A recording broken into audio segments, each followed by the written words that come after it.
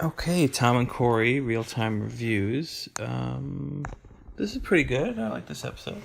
Did you? What did you like about it? I guess I liked. I guess it's entertaining to hate something in a particular way. Yes. There's the rub.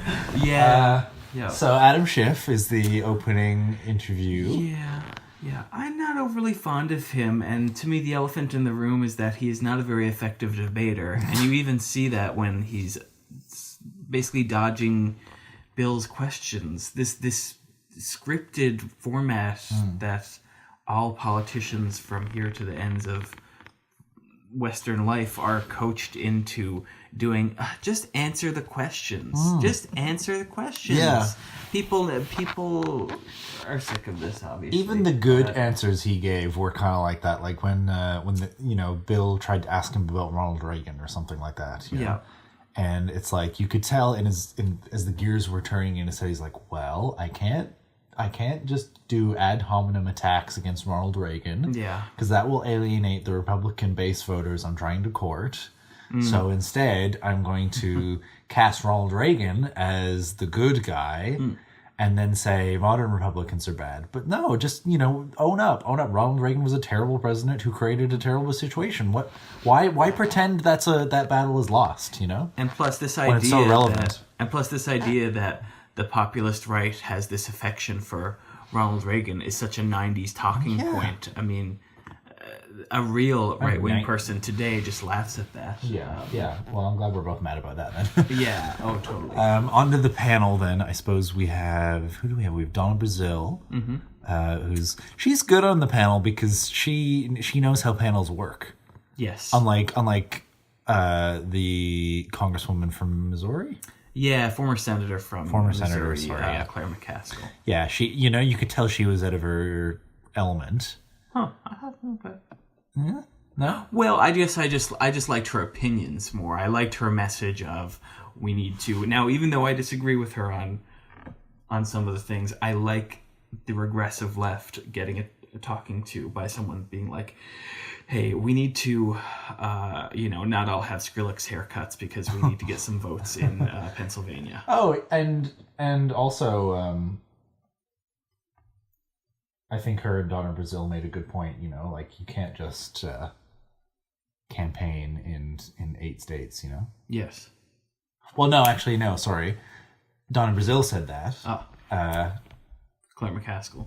She was the one that's saying, "Oh, well, really, there's 7 or 8 states that matter." Yeah. And Donna Brazile took her to task on that. I was glad to. And other things as well. Like she's very mealy mouthed about the Green New Deal. Yeah. Things like that. It's like you can tell she's like she's one of those politicians where her mandate is on such a knife edge. Yep. That she probably loses sleep over every word she says in public, Right. So yeah, sure, the regressive left thing, that's fine, but it's in her interest to say that. Yeah. Whereas it's in her interest to defend bad ideas too, if she's out of office now, though, I would say why can't she just say what she wants, But party legacy, I guess. Yeah. She's got to show up at a lot of campaign rallies and endorse a lot of. Yeah. That's her gig now. Yeah, I suppose. I like Donna Brazile's fashion, I'll say that. Yeah, no, I really like whatever that her haircut was really cool, and I liked her dress. It was very I want to say it was very Tina Turner in Thunderdome, it was there was a fierceness there that was welcome. Yeah, I like her zesty persona as much as I dislike maybe I haven't investigated the full record, but I have mixed feelings about her, I guess, tenure at the DNC, etc. Although I do like the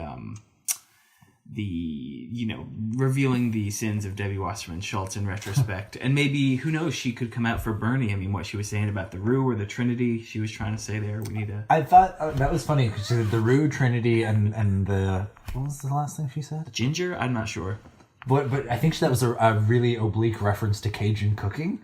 Because roux is like a thing that they use a lot, and the Trinity is like I think it's like green pepper, onion, and celery that they put in all the recipes. I think that's what she was talking about. When she said roux and Trinity, I thought she was talking about Drag Race. Right, yeah.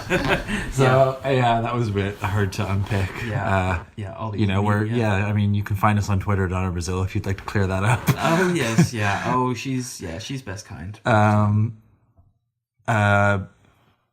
Rick Wilson, the sort of, I guess another sort of David Brooks type. Although he panders so much to these Trump-hating liberals.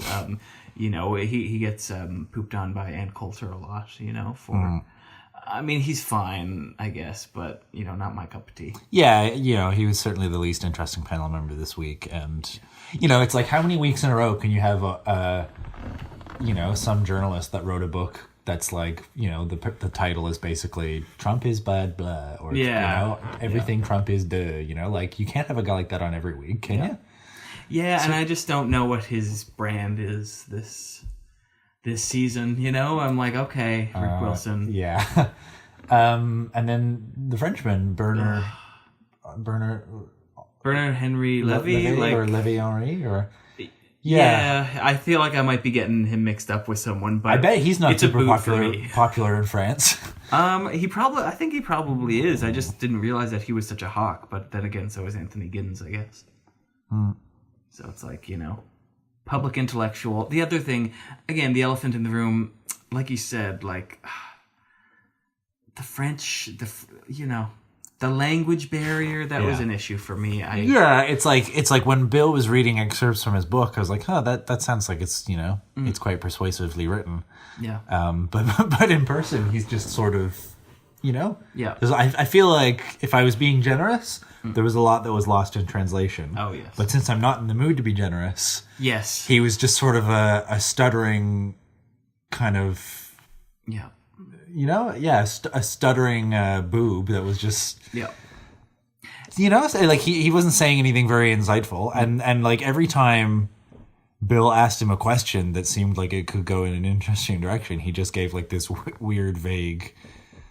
Like in overtime, he asked him about, I don't know, the 5 countries that he thinks could supplant the United States. Yeah, he didn't give an explanation. Like this, he did, and he just gave this like weird list of similes to historical press, that didn't really make any sense. Yeah, what was his metaphor? Well, something about the Ottoman Empire and it seems grossly oversimplified. Yeah, he doesn't have any roux, idea-wise. Yeah, well, yeah. Maybe he does. I'm not a fan from what I've. I mean, that's not the gumbo I want to eat. I guess I don't know. See, Donna, this is why Cajun cooking metaphors are bad. I guess. No. Comedically, I felt like the show didn't have a lot going for it. I mean, the opening monologue was fairly strong, but that's okay. I feel like there was. I can't remember any funny bits now, but. There was no icebreaker in the middle of the show. They went straight from panel to interview. Oh yeah, there was no like. Yeah. There was no bit. Yeah, so I think it could have used that. Yeah, because the editorial was a bit like, oh yeah, I broadly agree. Right. But yeah, you're gonna need to do better than that. Yeah, better than Emma Zippy. I liked Bill's tie. I liked the French guy's suit. I like Donna. I think Donna Brazil was the best dressed of the night. Did I catch you looking at Adam Schiff's shoes? I was trying to figure out if they... I was trying to figure out if they were loafers. But I don't think they were. I think they were just oddly shaped lace-up shoes. Yeah. I mean, they looked fine.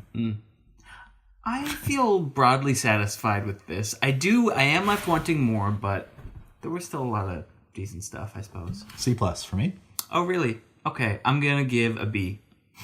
Yep. Someone's in a giving mood. Yes, maybe. Anyway, yeah, that's it.